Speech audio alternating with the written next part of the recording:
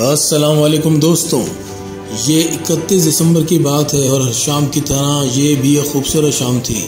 بلد الشیخ کے لوگ معمول کے مطابق اپنے گاؤں میں ہنسی خوشی زندگی بسر کر رہے تھے۔ یہ گاؤں فلسطین کے شہر حائفہ سے چند کلومیٹر کے فاصلے پر تھا۔ خواتین گھر کے کاموں میں مصروف تھیں، بچے اپنے اپنے کھیلوں میں مصروف تھے اور مرد اپنے اپنے کام پر نکلے ہوئے تھے۔ بازار کی اپنی گہما گہمی تھی، ہر کوئی اپنے ملک اور اپنے گھر میں ہنسی خوشی زندگی بسر کر رہا تھا، مگر کسی کو نہیں پتا تھا کہ یہ خوشیاں چند منٹوں میں ظالموں کے ہاتھوں لٹنے والی ہیں۔ اور پھر صہیونیوں کی ایک مسلح تنظیم جس کا نام ہگانا تھا کہ اسلحے سے لیس کارندے اس گاؤں پر قتل و غارت کا بازار گرم کر دیتے ہیں اور چند منٹوں میں بہت سے مردوں کو مار دیا جاتا ہے اور گھروں کو آگ لگا دی جاتی ہے۔ جی ہاں دوستوں، آج ہم بات کرنے جا رہے ہیں یوم نکبہ یعنی نکبہ ڈے کی۔ میرا نام ہے قاسم سلیمان اور آپ دیکھ رہے ہیں history that change the world کا تیسرا ایپیسوڈ۔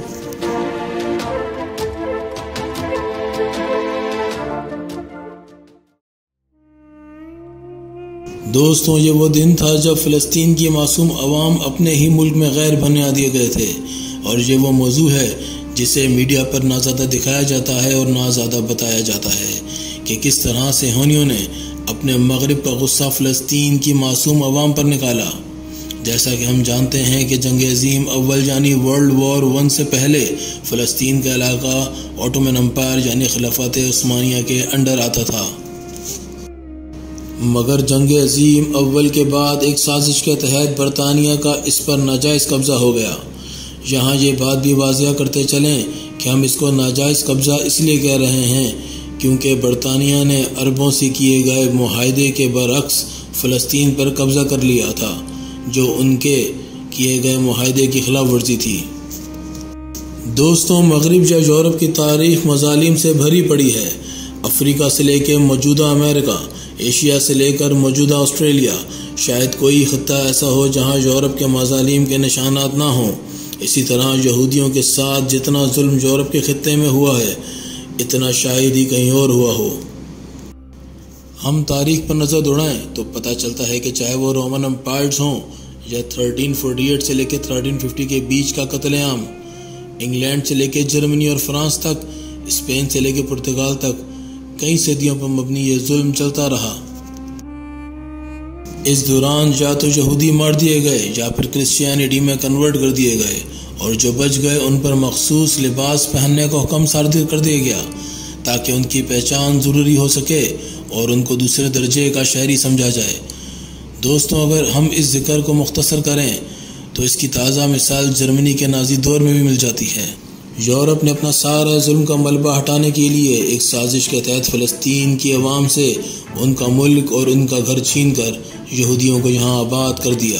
دوستوں، ہم کوشش کریں گے کہ اس ٹاپک کے بیک گراؤنڈ کو مختصر رکھیں، مگر بتانا اس لیے بھی ضروری ہے کیونکہ اس سے آگے آنے والی باتوں کو سمجھنا آسان ہو جائے گا۔ ہماری کہانی شروع ہوتی ہے 1917 سے۔ یہ جنگ عظیم کا دور تھا اور برطانوی سیکرٹری وزیر خارجہ آرتھر بیلفور ایک اعلامیہ جو تاریخ میں بیلفور ڈکلیریشن کے نام سے مشہور ہے، روتھشائلڈ کو بھیجتے ہیں۔ روتھشائلڈ ایک برطانوی یہودی تھا جو اپنی دولت کی وجہ سے دنیاوی اعتبار سے کافی طاقتور تھا اور برطانوی جوئش کمیونٹی کا رہنما بھی تھا۔ یہ وہی روتھشائلڈ فیملی ہے جن کے بارے میں مشہور تھا کہ $1 بھی ان کے حکم کے بغیر ادھر سے ادھر نہیں ہو سکتا۔ خیر، ہم بات کر رہے تھے بیلفور ڈکلیریشن کی۔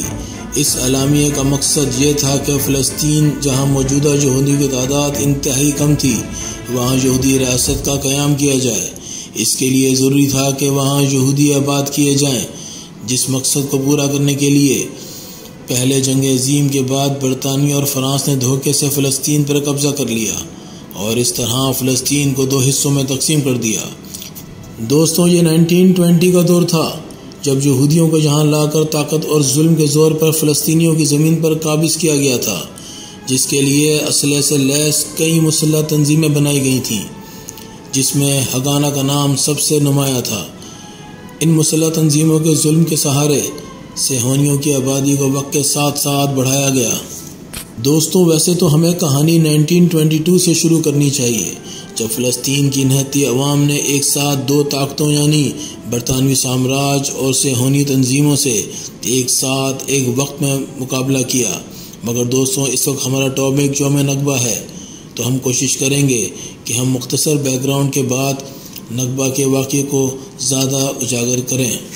دوستوں، یہ ذکر ہے مارچ 1947 سے مارچ 1948 کے درمیان صہیونی رہنما اور ملٹری کمانڈرز کے درمیان ہونے والی ان ملاقاتوں کے بارے میں جن میں انہوں نے برطانیہ اور دیگر ملکوں کی پشت پناہی سے فلسطینیوں کو ان کے گھر سے بے دخل کرنے کا پلان بنایا۔ یہ وہی دور تھا جب نومبر 1947 کے UN جنرل اسمبلی کے اجلاس میں فلسطین کو وہاں کی عوام سے پوچھے بغیر دو حصوں یعنی یہودی اور عرب علاقوں میں تقسیم کرنے کا پلان منظور کیا گیا۔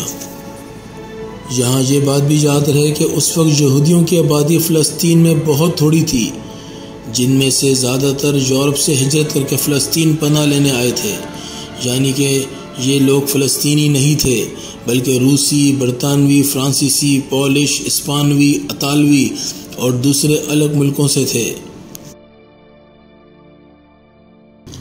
ان سب کے باوجود اقوام متحدہ کے پلان کے مطابق یہودیوں کو 55% فلسطین کا حصہ دے دیا گیا، جس کو فلسطین کی عوام نے مسترد کر دیا۔ مگر دوسری طرف صہیونیوں نے اس پلان کو نہ صرف قبول کر لیا بلکہ اس کے بعد صہیونی مسلح تنظیموں نے سرحدی علاقوں میں قتل و غارت بھری کارروائیاں شروع کر دیں۔ دوستوں، 1948 کے ابتدا میں ہی صہیونی مسلح تنظیموں نے نہ صرف بہت سے دیہات اور شہروں پر قبضہ کر لیا تھا بلکہ بہت سے معصوم فلسطینیوں کو اپنا گھر چھوڑنے پر مجبور کر دیا تھا، اور جنہوں نے اپنا گھر چھوڑنے سے انکار کر دیا ان کو بے دردی سے قتل کر دیا گیا۔ اس طرح معصوم فلسطینیوں کے قتل عام کا ایک نیا سلسلہ شروع ہوا۔ یہ سب برطانیہ فوج کی موجودگی میں ان کے ناک نیچے ہو رہا تھا۔ اسی دوران اپریل 1948 کو صہیونیوں نے فلسطین کے بڑے شہروں میں سے ایک شہر حائفہ پر قبضہ کر لیا اور جافا پر اپنی نظر مرکوز کر لی۔ دوستوں، عین اسی وقت برطانیہ سوچے سمجھے پلان کے مطابق اپنی فوجیں فلسطین سے نکالنا شروع کر دیتا ہے، اور ڈیوڈ بن گوریون جو اس ظلم اور قتل عام کی قیادت کر رہا ہوتا ہے، فلسطین کی زمین پر قابض ہو کر اسرائیل کی ریاست کا اعلان کر دیتا ہے۔ یہ وہی ڈیوڈ بن گوریون ہے جس نے کھلم کھلا کہا تھا کہ ہمیں اس بات کو یقینی بنانا ہوگا کہ فلسطین اپنے گھروں کو واپس نہ آئیں، چاہے اس کے لیے ہمیں کچھ بھی کرنا پڑے، اور جو بعد میں اسرائیل کا پہلا وزیر اعظم بنایا جاتا ہے۔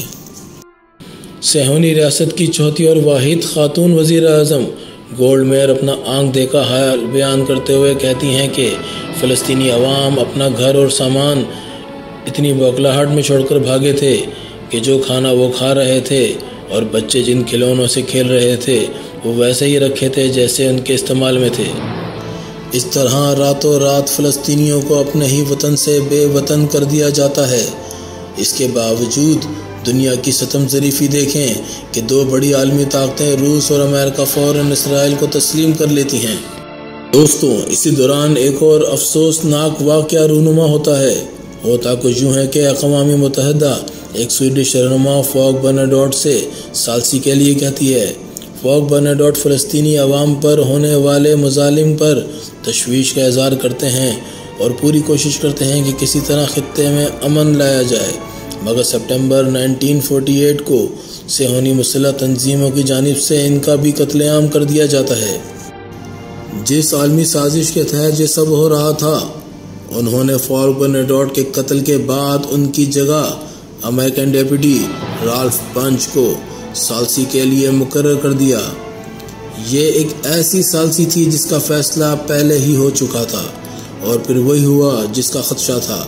رالف بنچ، جن کا کام منصفانہ فیصلہ کرنا تھا، انہوں نے مزید علاقے صہیونیوں کے حوالے کر دیے، اور اب یہ عالم تھا کہ 78% علاقہ صہیونیوں کے پاس آ چکا تھا، جن میں اکثریت ان لوگوں کی تھی جو یورپ سے فلسطین پناہ لینے آئے تھے، اور یہ فلسطین کے علاقوں سے نہیں تھے۔ فلسطین کی عوام جو صدیوں سے یہاں رہ رہی تھی، ان کو صرف 22% علاقہ دیا گیا۔ یہ فیصلہ اس وقت کی عالمی طاقت کی جانب سے بنائی گئی سازش کا کھلا ثبوت تھا۔